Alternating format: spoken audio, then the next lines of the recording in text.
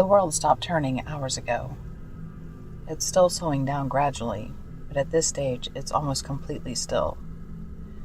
It was inevitable, but nobody anticipated the fact it would be lurking around the corner, only to present itself when everyone thought it wouldn't happen to them. Definitely not to them. The first signs were the birds. They started falling, millions of them covering the streets in a black veil of darkness. Parks, rooftops, cars, all drowned in a river of black feathers and blood. That was the Earth's magnetic field starting to fail. What followed was a pressure coming from one side, as if you were standing on a cliff, ready to fall and desperately trying to maintain balance. It was disorienting at first, but it became almost unbearable the more it lasted. The inertia of a sudden drop in speed forced all living things to undergo violent changes in atmosphere, and I saw the water evaporating, as if the seas were on fire.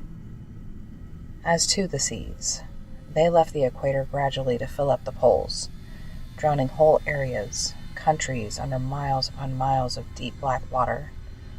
Canada was wiped away, among many, many others. It was a majestic sight to see billions of gallons of salt water retreat into pitch black, sand as far as the eye could see. It seemed like a cynical representation of the barren place our world was slowly becoming.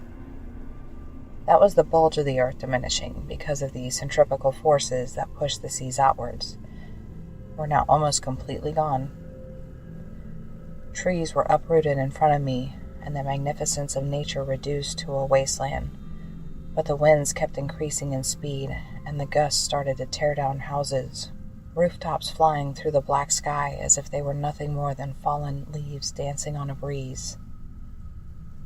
The noise was deafening, nauseating almost.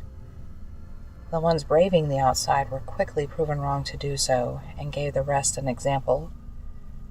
People started boarding themselves up, unaware of the impending disaster.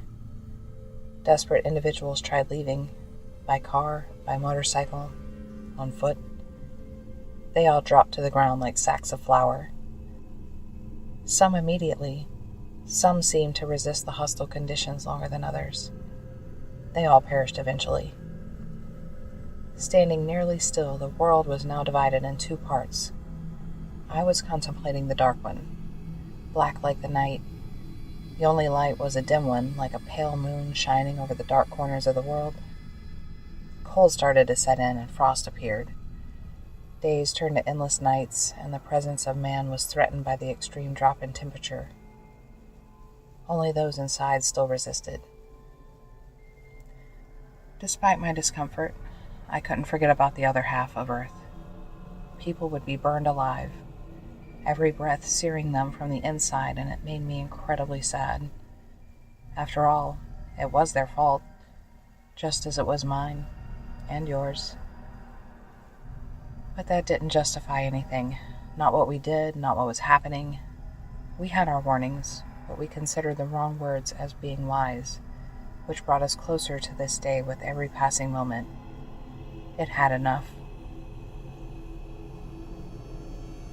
I waited for what I knew was coming, and I was as prepared as anyone, with the slight difference that I had a good idea of the effects it would have on the surface of the earth. When the earth finally came to a stop, the world as we knew it ended. I looked around to see trees flying past, rubble, cars, animals, humans. The atmosphere kept moving after the standstill and catapulted the contents that covered our world into oblivion.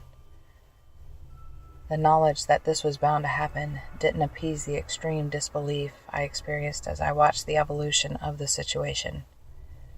But I stood fast and stayed in position.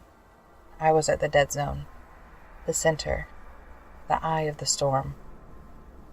I knew I was the only one, as always, but I couldn't do anything but watch the scene in front of me.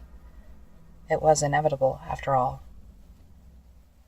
As the raging winds picked up even more and my vision became blurred by the sheer chaos, I saw a glow in the distance. The far end of what I once knew as the sea.